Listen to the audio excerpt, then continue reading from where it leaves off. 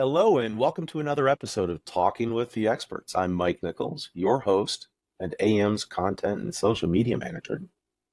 And our guest today is Björn Mosdzien. He's the leader of AM's enterprise weather sector. And Bjorn's here to talk to us about some seismic shifts that frankly are occurring in the enterprise weather market and how AM is adapting to support those changing needs. So Bjorn, thank you for being here today. Really do appreciate it. Thank you too, Mike. It's a great chance to be here and to talk to you. You bring a pretty unique perspective to the table. I think it's worth laying that out so our listeners can appreciate where you're coming from. You know, today you're AM's enterprise weather leader, but in addition to that, you've been for quite a long time, you've been the director of our Lambrecht brand. So maybe you could tell us a little bit about that role and how your responsibilities have evolved since becoming sector leader. Yeah. So a little bit maybe about Lambrecht. So Lambrecht has been active in meteorological measurements technology for over 165 years. About me, I studied measurement technology and I'm fascinated about automating and bringing things to life. That is also something I started at Lambrecht as R&D person. I was able to program the rain precipitation sensor, and the euphonic, nitrosonic wind sensor. Both were a great challenge for me, but also on the other side, a great opportunity to learn something. During the development of the rain, I often stood outside and watched the rain. Yeah, I wondered how it behaved, how a rain event starts and ends. Most things about this rain start like on and off. Yeah, we have a switch on the rain, switch off the rain. But that isn't the case, yeah? It started slowly, could be really heavily, starts and also ends slowly, and then end with a rain event. The same applies to snow and sunlight. I have observed many weather events and watched how the device reacts to them. What's really important during the development time. It was impressive to analyze weather events, but also to see the device measures. And now that they were making decisions that I had programmed. So on the other side, I program them, and they think 100% like me. So you can decide it's good and bad, yeah, or the customer. That is then on the other side. The best thing about those devices for me as a technical person was when they were installed on our weather for the first time and then started to measure. That definitely took a lot of effort, but it is unique to see a new device being measured for the first time. So it was really impressive to me. What I also appreciate is the contact with people. That's why I moved from the development to sales and took on the role of the sales manager at Lambrecht, which I had for around 4 years.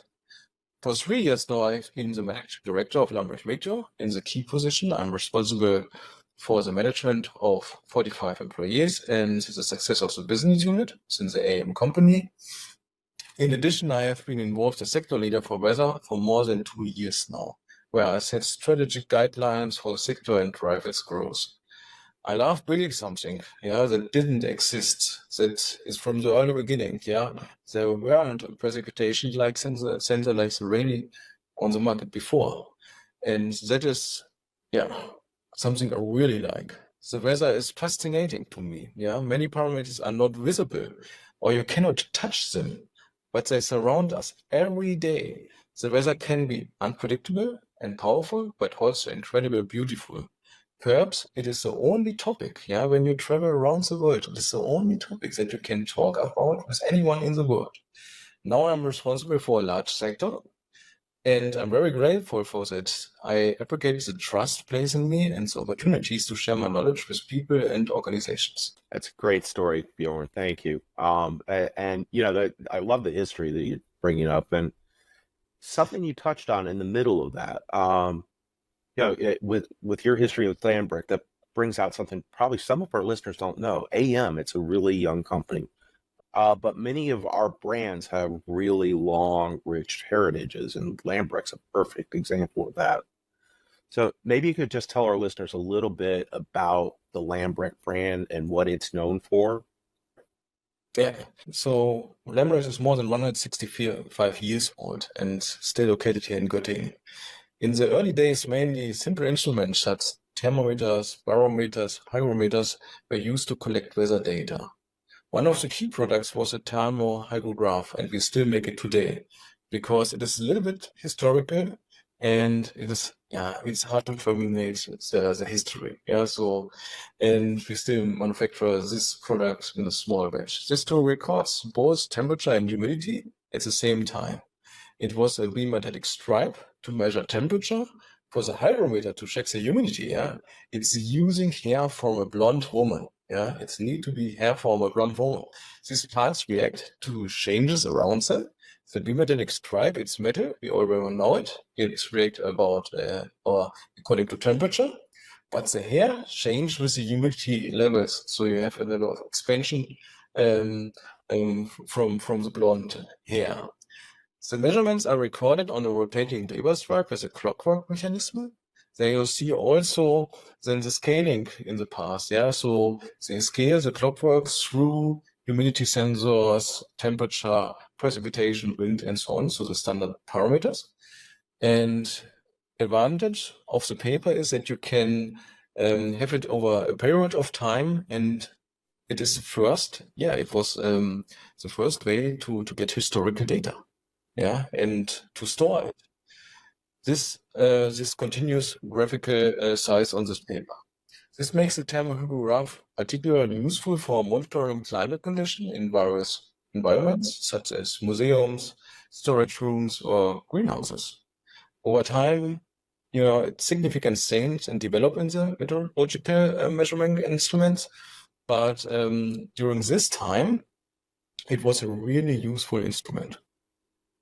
That's a really interesting origin story, right? That's really amazing.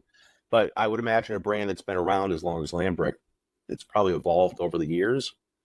Tell us a little bit about how it's changed over time. Changed over the time. So I would like to start really quickly to the World Exhibition in Paris. There in 1900 around, they was a presentation of the weather house. The weather house that you can imagine it is a house with a size like this, and then you have measuring instruments around, like temperature, humidity, and pressure. The aim was not only to measure, but also to be able to make a weather forecast. For this purpose, there was a panel on the weather house that displayed data, and then you were able to compare it, and from which the forecast could be derived and using diagrams. The focus has always been not only on measuring, but also on forecasting, and this for everyone. Because with a table, everyone could read the instrument and make statements. Nowadays, specialized devices, automatic weather station, and data loggers are used to collect precise and comprehensive meteorological data. These advantages make it possible to make more accurate prediction and analyze and to deepen the understanding of weather and climate. Lambrecht from the past has always stood for progress and new standard in measurement technology. In 2013, I think we had developed our rainy precipitation sensor. We received for this precipitation sensor also an innovation award. It was groundbreaking technology for this company, which ensures precise and reliable collection of precipitation data. This was really a new kind of this art of way of measuring. And also this enables scientists, governments, and organizations to make informed decisions and develop effective measures to mitigate climate changes and its consequences. Our Xerox data logger, so we come to another technology. Xerox data logger is a data logger that received also an innovation award in 2016. So there you see at both sides that is what really important for Lambrecht in the past, not only to make the next data logger, to make the next precipitation sensor. The intention was to think different and say, how looks the next generation of precipitation sensor? How looks the next generation of data logger?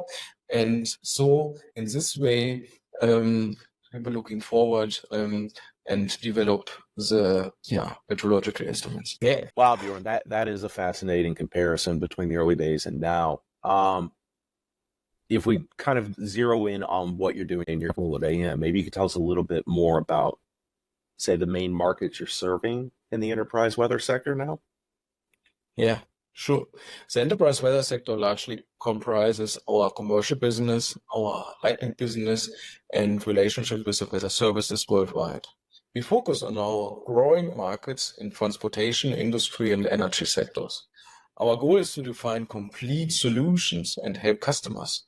The transportation sector includes the maritime, rail, and aviation markets, on which we focus. In the industrial sector, we focus on mining and large chemical parks. In the energy sector, we divide into solar energy, wind energy, and utilities. Lightning protection is used in all business areas and offers great added value in terms of safety. In addition, the sensors used are largely WMO compliant and thus meet requirements of weather services. That's a great overview. Why don't we just dive deeper into some of that? Maybe just take the energy market, for example. What are some of the main changes you're seeing there? And maybe how AM is evolving to kind of meet the needs of that market? That is a good question. The energy sector is a really interesting market for us. Why? Many countries worldwide have various goals, collectively termed the energy transition, and this market is growing annually by 10 up to 30%. That means that we can gain new customers and grow together by learning from each other. With our AM brands, we can help and support the energy sector from planning and construction through to long-term operation. Safety is always a recurring theme, such as lightning data or heat stress, and operations are mostly conducted remotely with minimized staff. Nevertheless, it's critical to ensure that everything works correctly and that the returns are accurate. Here we can provide support. Our strength is in providing comprehensive end-to-end solution that set us ahead of others and to allow us to offer better solutions to the market. In terms of weather risk, we can provide data to help decide whether or not to carry out maintenance work to avoid outage in a wind or in the solar park. This also includes challenges like ice load on power lines, so that we have some ice load sensors to do some prediction in advance and can react before ice breaks the lines. That makes sense. Let's shift gears a little. Same question about the transportation market. What are some of the main changes you're seeing there? Good point. So the transportation market is a small word, but a really big market. To keep in mind, aviation, maritime, and rail, it's everything covered by enterprise weather. I like to start with the aviation market and then make a connection that you see also how we can combine it. Safety plays a central role here, for example, in monitoring weather conditions for aviation, maritime, or rail. In addition to these aspects, the sector is becoming more automated, but ensuring smooth operation and maximum efficiency remain of paramount importance. Our goal is to find comprehensive solution and assist customers there. We provide support through precise weather data and forecasts, which are critical for making decisions and preventing failures and accidents across all models of transport. This includes specific challenges such as freezing ice on airplanes or rails, as well as navigational accuracy in maritime transport with sensor data.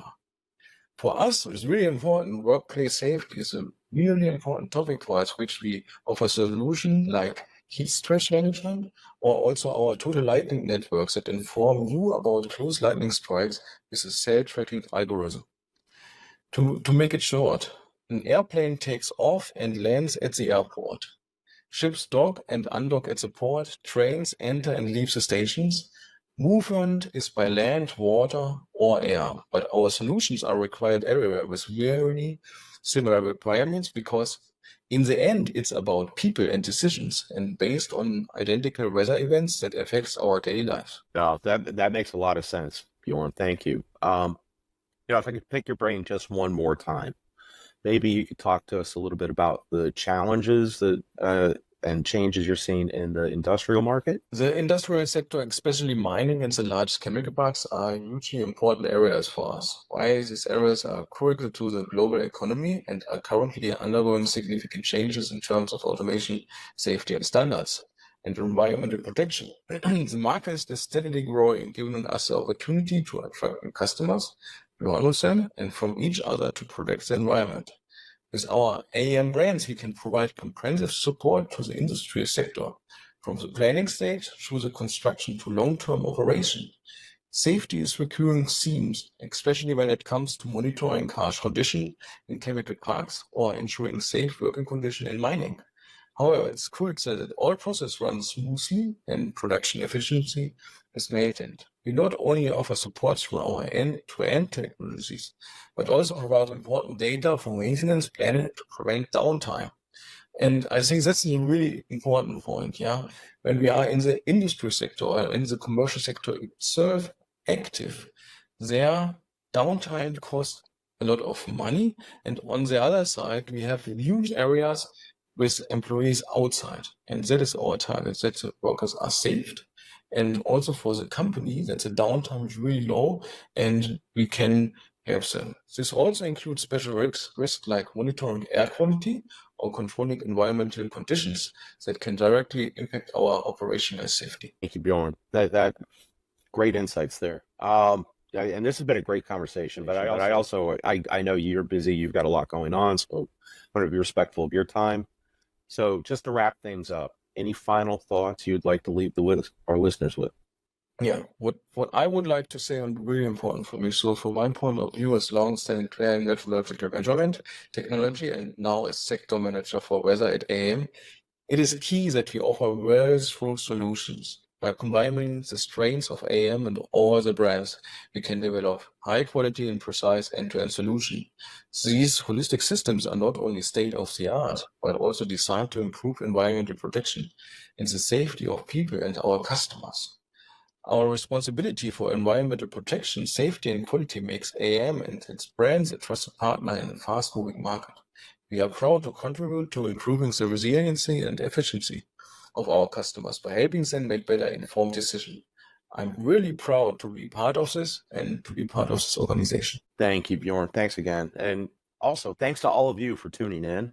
The enterprise weather market, it really is undergoing some important changes to cope with today's escalating risks. And I hope you found Bjorn's discussion of those changes to be as insightful as I did.